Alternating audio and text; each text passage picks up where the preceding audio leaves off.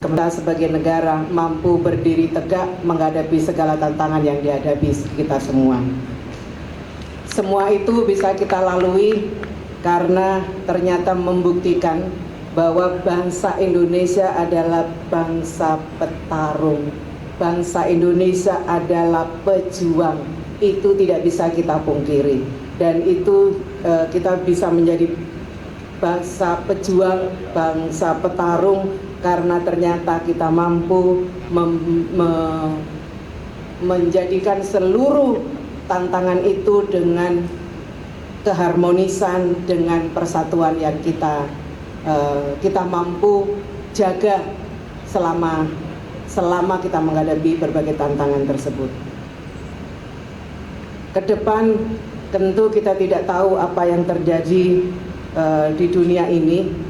Namun belajar dari kondisi yang kita alami, ternyata kuncinya sekali lagi adalah kemampuan kita untuk menjaga persatuan, kemampuan kita untuk menjaga keharmonisan. Tantangan dunia ketenagakerjaan, saya kira semua sering membicarakannya, sampai kita bosan membicarakannya.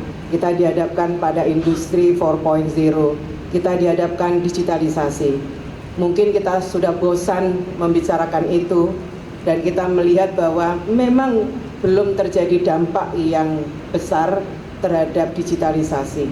Namun Bapak Ibu yang saya hormati, kita perlu waspada, kita perlu juga berjaga-jaga agar kondisinya tidak membawa kita kepada hal yang lebih buruk lagi. Kita tidak tahu apa yang terjadi ke depan seperti apa, tapi melihat peristiwa COVID-19, saya rasa memang ya terjadi kondisi ekstrim yang begitu cepat. Saya kira tidak ada salahnya kita terus bersiap-siap menghadapi kondisi apapun. Bapak Ibu hadirin sekalian yang saya hormati, kondisi digitalisasi menuntut kita, menuntut pengusaha, menuntut para pekerja untuk memperkuat kemitraan. Perusahaan harus berbenah agar bisnis prosesnya dapat menyediakan layanan digital yang baik dan melakukan koordinasi yang cantik. Karena saya kira konsumen selalu meminta kecepatan dan pelayanan prima yang mutakhir. Perusahaan yang tertinggal dalam inovasi digital bisa jadi akan kalah dengan kompetitornya. Oleh karena itu jangan sampai peluang yang ada di dalam negeri diambil oleh perusahaan luar negeri karena kita kalah dalam kecepatan pelayanan. Berangkat dari kondisi itu, maka tema May Day seperti yang disampaikan oleh Bu Dirjen tadi adalah menguatkan pentingnya kompetensi, pentingnya skill yang dimiliki oleh para pekerja kita, yang harus dimiliki oleh para buruh kita. May Day, tema May Day 2024, kerja bersama, wujudkan pekerja buruh yang kompeten. Dengan tagline-nya May Day is Terampil Day. Ini berangkat dari keinginan kita bersama untuk terus menjadikan kompetensi, menjadikan peningkatan kompetensi sebagai salah satu jawaban pasti dari tantangan industri 4.0. Salah satu yang harus kita lakukan terus-menerus adalah peningkatan kualitas sumber daya manusia kita.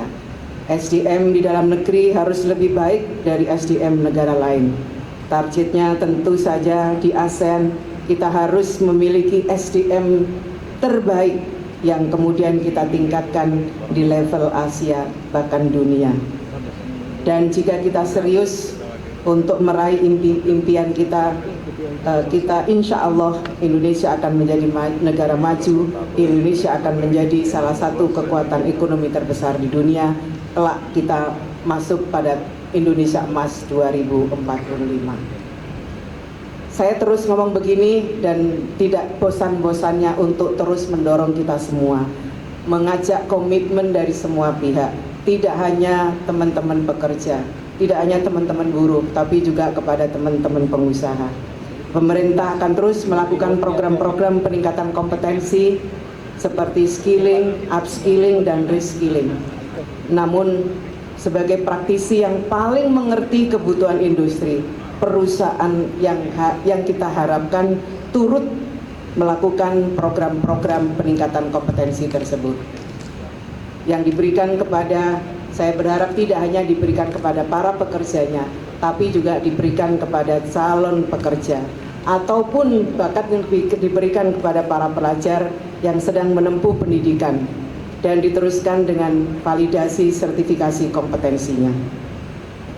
Program pemagangan, setelah selesai menjalankan program magang di perusahaan Bapak Ibu, saya berharap tolong pemagang tersebut dibantu, dibiayai sertifikasi kompetensinya, agar skill yang dipelajari saat magang mendapatkan bukti konkret atas kemampuan dan pengetahuan yang telah dipelajari.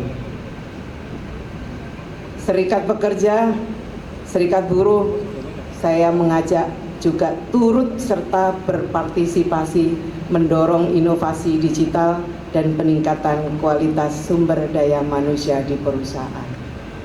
Ngomong menuntut kenaikan upah, kenaikan gaji, kita mulai dari tuntutan kita untuk meningkatkan kompetensi. Dari kompetensi itulah kita berharap kesejahteraan buruh bisa kita raih.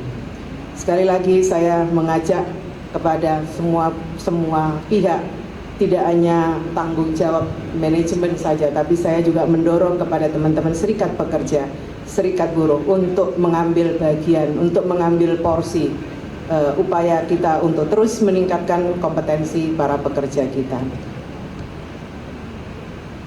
Intinya, peningkatan kompetensi tidak hanya bisa dilakukan oleh satu pihak saja, tapi semua harus bekerja bersama, pemerintah, teman-teman perusahaan, teman-teman serikat pekerja, serikat buruh. Kita bersatu untuk menjadikan ini sebagai tantangan yang harus kita hadapi, dan kita jawab tantangan itu dengan kerjasama kolaborasi yang kita lakukan.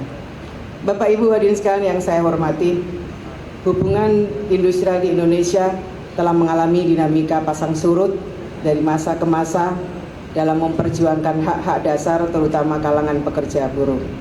Dalam mewujudkan hubungan industrial yang harmonis dan demokratis berdasarkan nilai-nilai Pancasila, serta sejalan dengan konsep dan arah kebijakan pembangunan nasional, yaitu menekankan pembangunan sumber daya manusia.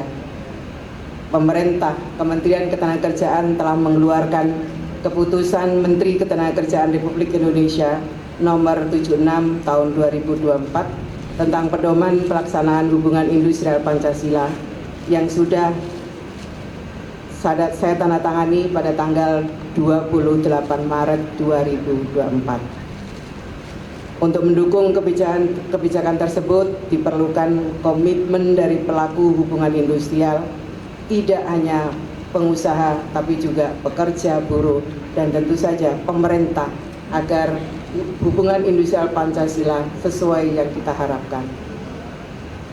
Yang kita harus lakukan yang pertama adalah memberikan penguatan dan pemahaman nilai-nilai Pancasila dan Undang-Undang Dasar 45 dalam dunia usaha.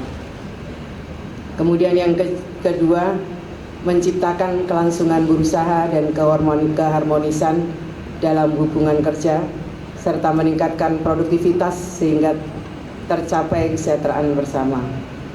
Yang ketiga, meningkatkan pengetahuan hubungan industrial Pancasila bagi para pelaku usaha dalam rangka persiapan menuju dunia kerja. Kami terima kasih mewakili para pengusaha dan teman-teman serikat pekerja yang diwakili oleh 7 manajemen dan 7 serikat pekerja telah mendeklarasikan diberlakukannya hubungan industrial Pancasila. Kami berharap tidak hanya 7, tapi semua perusahaan, semua industri juga melakukan hal yang sama.